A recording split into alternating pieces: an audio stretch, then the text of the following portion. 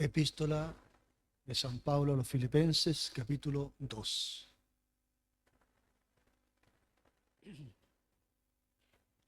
Le damos lectura a la palabra de Dios en el nombre de nuestro Señor Jesucristo.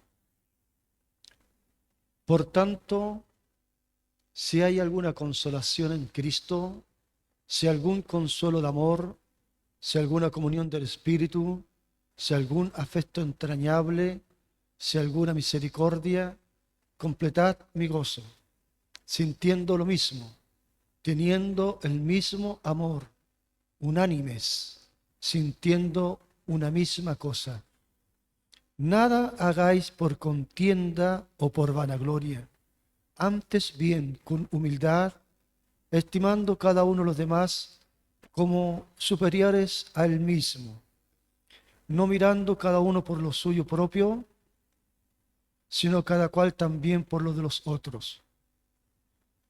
Haya pues en vosotros este sentir que hubo también en Cristo Jesús, el cual, siendo en forma de Dios, no estimó el ser igual a Dios como cosa que aferrarse, sino que se despojó a sí mismo, tomando forma de siervo, hecho semejante a los hombres, y estando en la condición de hombre, se humilló a sí mismo, haciéndose obediente hasta la muerte y muerte de cruz.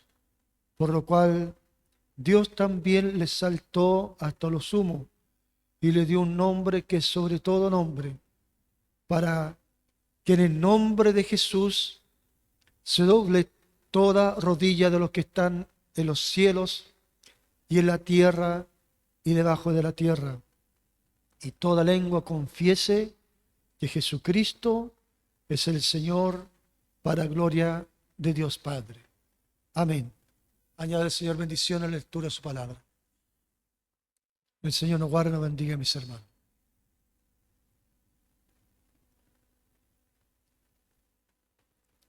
El Señor, a través de su palabra, nos quiere dar a entender lo grande que es el amor de Dios para cada uno de nosotros. Y en esta carta que el Señor le da a escribir a nuestro hermano Pablo, a la iglesia que está en Filipo, una carta donde él le habla con un énfasis especial de gozo a estos hermanos. Porque nosotros sí podemos recordar un momento cuando el hermano Pablo, él llega a la ciudad, había una muchacha que tenía espíritu de adivinación y ella entonces entendía quién era Pablo y quién era Silas. Y cuando estaba en este transcurso, en este caminar, se dio cuenta de esto y día tras día ella decía: estos hombres son hijos del Dios Altísimo que anuncia las nuevas. Y está con ese pregón esta muchacha y el hermano Pablo, hasta llega un momento en que él se molesta con lo que esta muchacha está diciendo día tras día. Y reprende el espíritu de adivinación que había en esta muchacha. Entonces, los amos de esta muchacha echan a la cárcel al hermano Pablo y a Silas, porque obviamente ellos se lucraban de la actividad de esta muchacha. Entonces, como estaban viendo que iban a hacer disminuida su ganancia, entonces hablaron a la autoridad de la ciudad y tomaron preso a nuestro hermano Pablo, al hermano Silas, y lo echaron a la cárcel. Ese fue el motivo de haberlo echado a la cárcel. Y dice la palabra del Señor que cuando estaba en la cárcel el hermano Pablo con el hermano Silas, había transcurrido el tiempo, la hora, y era como la medianoche, y ellos estaban alabando el nombre del Señor. Ellos no estaban allí quejándose, no estaban lamentándose, diciendo: ¿por qué, Señor? Si estamos predicando tu palabra, estamos haciendo el bien, somos tus hijos, ¿por qué no está sucediendo esto? ¿Por qué lo permitiste? No, nada de eso. Ellos simplemente se dejaron llevar por las circunstancias que el Señor le estaba permitiendo vivir. Y esa circunstancia era que pasando un momento de ser unos hombres que estaban predicando la palabra del Señor, a un momento que ahora están en la cárcel y en el cepo, y más encima lo habían golpeado, lo habían castigado por haber incurrido, entre comillas, en esta falta. Entonces, ellos están en esta situación y dice la palabra del Señor que en ese momento vino un gran terremoto sobre la ciudad y los cimientos de la cárcel se removieron, las puertas se abrieron y las cadenas de los presos se cayeron. Y donde está el hermano Pablo, allí también, que estaba encadenado y con los pies en el cepo, bien adentro de la cárcel, también se soltaron sus cadenas, donde él estaba siendo encarcelado. Viendo esta situación, el carcelero, él dijo: me voy a matar porque todos los presos han huido al aprovechar las circunstancias del terremoto donde se abrieron las puertas. Sin duda alguna que ellos han escapado todos.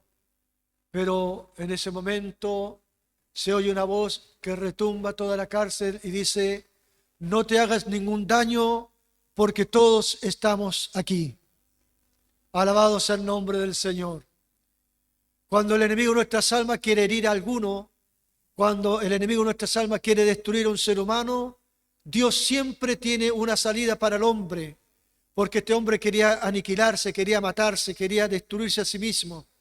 Pero Dios allí tenía un hijo de Dios para salvar a este carcelero. Y le dijo: no te hagas ningún daño porque todos estamos aquí. Aunque él no lo veía, pero el Espíritu Santo de Dios estaba en el hermano Pablo. Y le dijo: traigan una luz.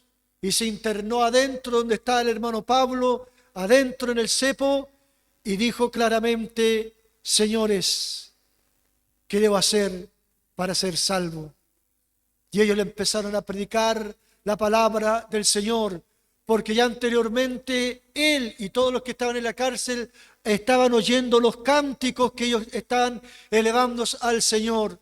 No eran palabras de quejido, palabras de represalia en contra del Señor, no, muy por el contrario. Allí Pablo y Silas, ellos estaban cantando el nombre del Señor, alabando a Dios, bendiciendo el nombre del Señor. Y en toda esa alabanza, todo ese cántico, entonces sucede que viene el terremoto y ahora este hombre se acerca a ellos y le dice: señores, ¿qué debo hacer para ser salvo? Entonces, en ese mismo momento dice la palabra del Señor que el carcelero los saca de la cárcel, los lleva a su casa, le lava las heridas, le ofrece pan, y el hermano Pablo con el hermano Silas le empiezan a hablar la palabra del Señor. Y en ese mismo instante también entonces son bautizados porque ellos creen Él y toda su casa creen en el Señor Jesucristo. Alabado sea el nombre del Señor. Por lo tanto, la lección para nosotros es que aún en la adversidad, en las dificultades, en los problemas que tengamos, nosotros no podemos dejar y cesar de alabar y bendecir el nombre del Señor, sino que debemos seguir alabando el nombre del Señor. El enemigo de nuestras almas, él va a querer callarnos, enmudecernos, que no hablemos, que no glorifiquemos al Señor, que no le demos la gloria, la honra y la alabanza al Señor, porque él dice la palabra del Señor que Dios habita en medio de la alabanza de su pueblo. Alabado sea el nombre del Señor. Y por eso es que el enemigo quiere enmudecer nuestros labios, para que nosotros no alabemos a Dios, sino que, hermanos, nosotros siempre aquí, cuando nos invita nuestro hermano del coro que alabemos al Señor, amén, nos unimos a ellos en la alabanza, la adoración, alabando al Señor porque Él vive y reina para siempre. Pero también lo podemos hacer en el hogar, también lo podemos hacer en el trabajo, también lo podemos hacer cuando vamos en el metro, cuando vamos en la micro, podemos alabar y bendecir el nombre del Señor. Glorioso es el nombre del Señor, porque allí este hombre fue salvo a causa de que habían dos varones cristianos, dos hombres creyentes en el Señor, dos hombres que eran instrumentos en la mano del Señor. No importando lo que tenían que sufrir por la causa del Evangelio, ellos estaban dispuestos a todo por servir el nombre del Señor.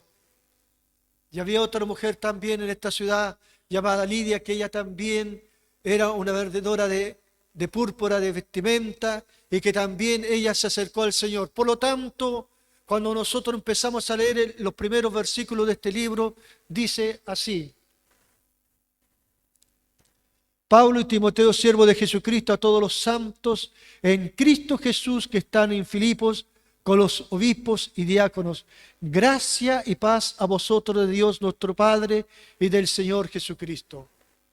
Doy gracia a mi Dios siempre que me acuerdo de vosotros, siempre en todas mis oraciones, rogando con gozo por todos vosotros, por vuestra comunión en el Evangelio, desde el primer día hasta ahora, estando persuadido de esto, que el que comenzó en vosotros la buena obra, la perfeccionará hasta el día de Jesucristo. Amén. Le escribe esta carta a los santos, a los que están reunidos allí en Filipos, junto con los obispos y los diáconos, con los que el Señor había designado como líderes en aquella ciudad. Pero lo importante de este versículo que hemos leído es lo que dice: estando persuadido de esto, que el que comenzó en vosotros la buena obra, la perfeccionará hasta el día de Jesucristo. ¿Quién empezó la obra en nosotros? Fue el Señor Jesucristo. Él empezó la obra en nosotros. La empezó en nuestros corazones.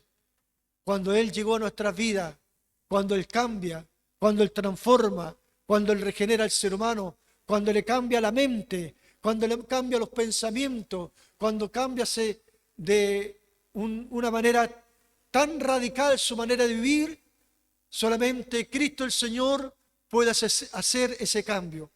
Y dice la Escritura aquí: el que comenzó la obra en vosotros, la perfeccionará hasta el día de Jesucristo. Por lo tanto, cada vez que nosotros nos congregamos, hermanas y hermanos, nos venimos a perfeccionar.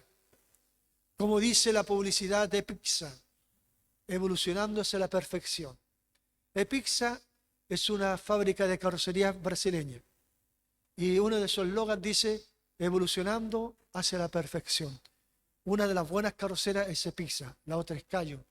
Son muy buenas carrocerías, y una carrocera, son las dos que acabo de mencionar, son carroceras brasileñas. Una carrocera argentina, El Detalle. Las carroceras chilenas, Metalpar 4AC. Y lo que nos llama el Señor es a la perfección. ¿Cómo nos venimos a perfeccionar? Hoy nos hemos venido a perfeccionar. ¿Cómo?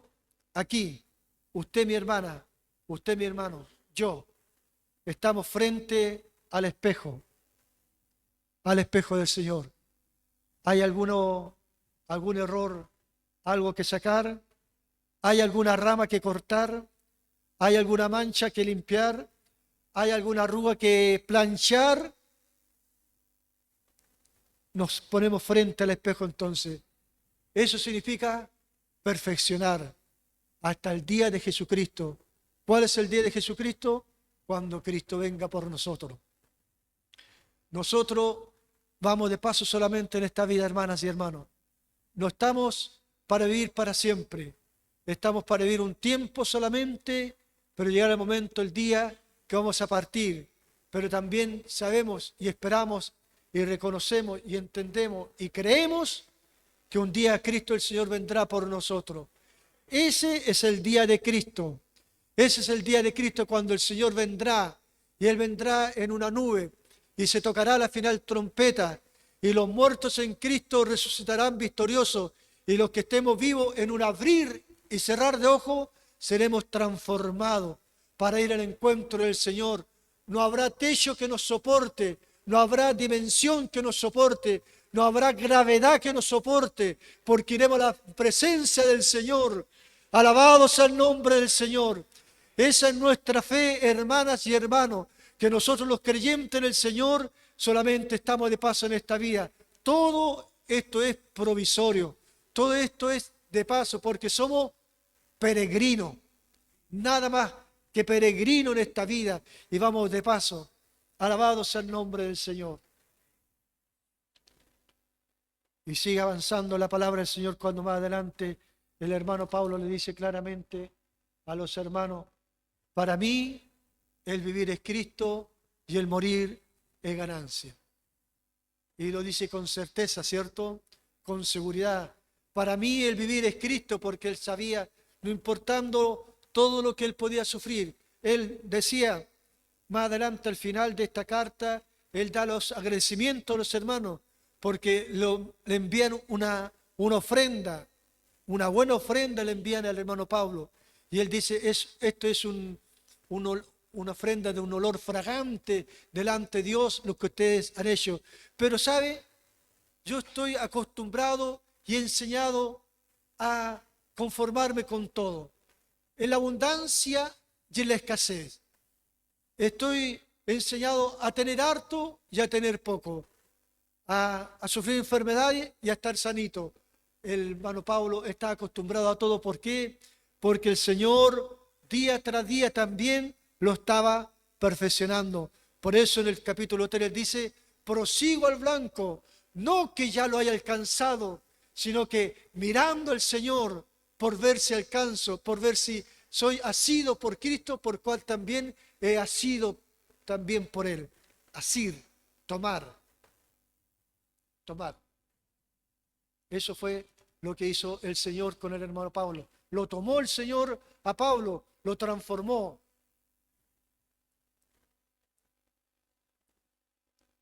Y lo hizo un instrumento en sus manos, conforme a su voluntad.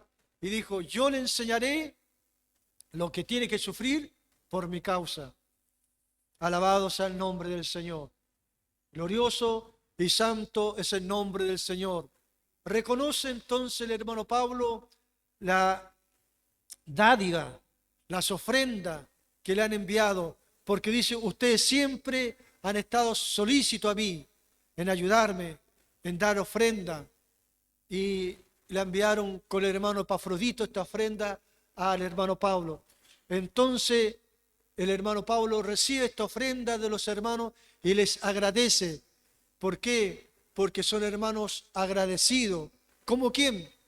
Como el relato que habíamos escuchado delante, ¿cierto? El carcelero, como Lidia, que eran personas que ellos aceptaron al Señor, pero no solamente lo aceptaron al Señor de corazón, sino, como decía mi hermano Julio, lo aceptaron también con el bolsillo.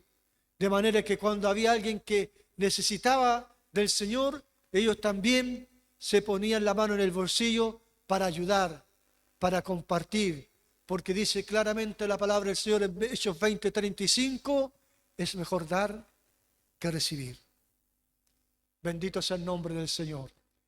Por lo tanto, el Señor, a través de toda esta carta, anima y le da gozo a los hermanos, le da alegría a los hermanos y le dice claramente lo que tenemos que hacer nosotros.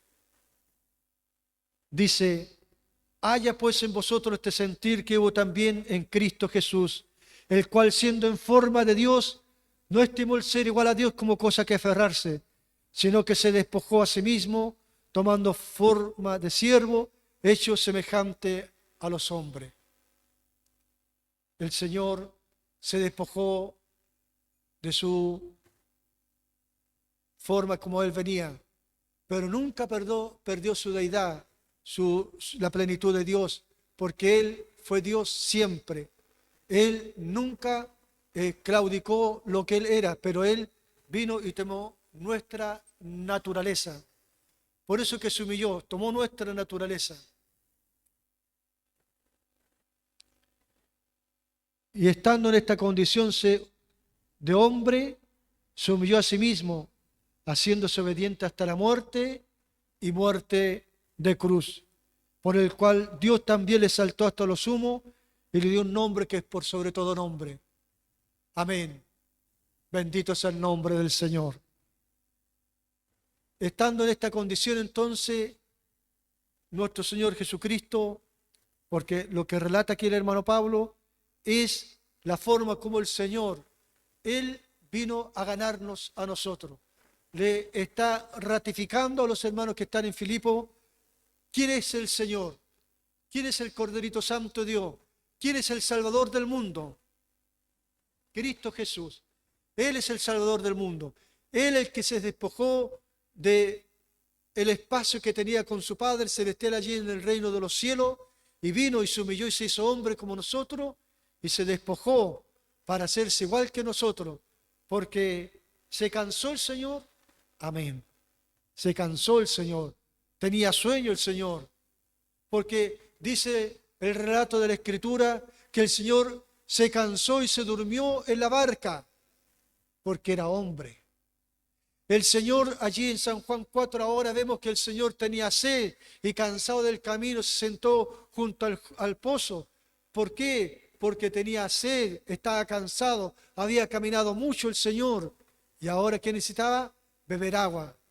Y le pide a la mujer que venía llegando: mujer, dame agua de beber, que tengo sed. El Señor sentía sed. Bendito sea el nombre del Señor. Y esta condición, este sacrificio que el Señor hizo que también, por lo tanto, Él ganara un nombre que es por sobre todo nombre, para que en el nombre de Jesús se doble toda rodilla de los que están en los cielos y en la tierra y debajo de la tierra. Es decir, nosotros ante la presencia de Dios tenemos que doblar nuestra rodilla, tenemos que doblar nuestro corazón, doblegarnos ante el Señor. ¿Qué significa doblegarse? ¿Qué significa arrodillarse? Significa que nos reconocemos que la autoridad del Señor es mayor que la nuestra. Lo comenté la vez anterior, pero creo que debo de comentarlo nuevamente. Por mi trabajo, una vez andaba en cierto lugar y me di cuenta de que llegando a la empresa había unas personas asiáticas. No sé si son japoneses, Komatsu, japoneses, sí, son japoneses los Komatsu. Y estaba entrando yo a esa empresa y entré y me di cuenta que habían dos de estas personas asiáticas y uno le hace así y el otro le hace una reverencia más inclinada todavía. Entonces yo curiosamente no les pregunté porque yo iba a otra cosa, no iba ni siquiera a saludarlo a ellos, ellos ni siquiera me vieron. Entonces le pregunté después a mi hermano Juan y le dije: amigo, ¿sabes qué me pasó esto? ¿Qué significará? Lo que pasa es que en la cultura oriental eso es la reverencia. Y cuando la persona es más eminente, es mayor todavía, el otro tiene que inclinarse más. Alabado sea el nombre del Señor. ¿Qué deberíamos hacer nosotros entonces?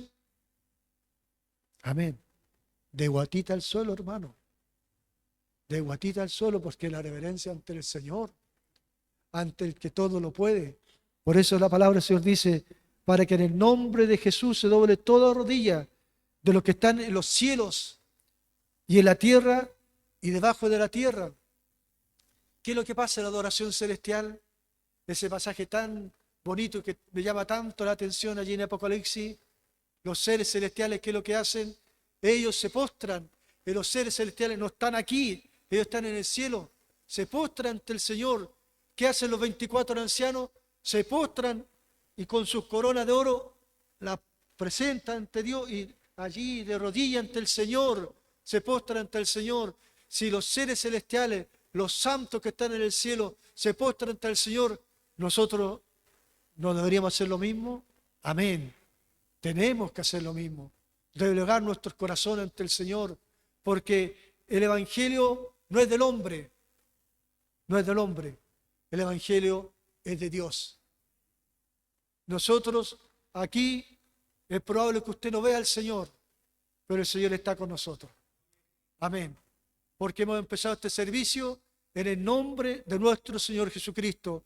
Todo lo que hagáis, sea de hecho o de palabra, hacedlo todo en el nombre del Señor Jesucristo. Bendito sea el nombre del Señor.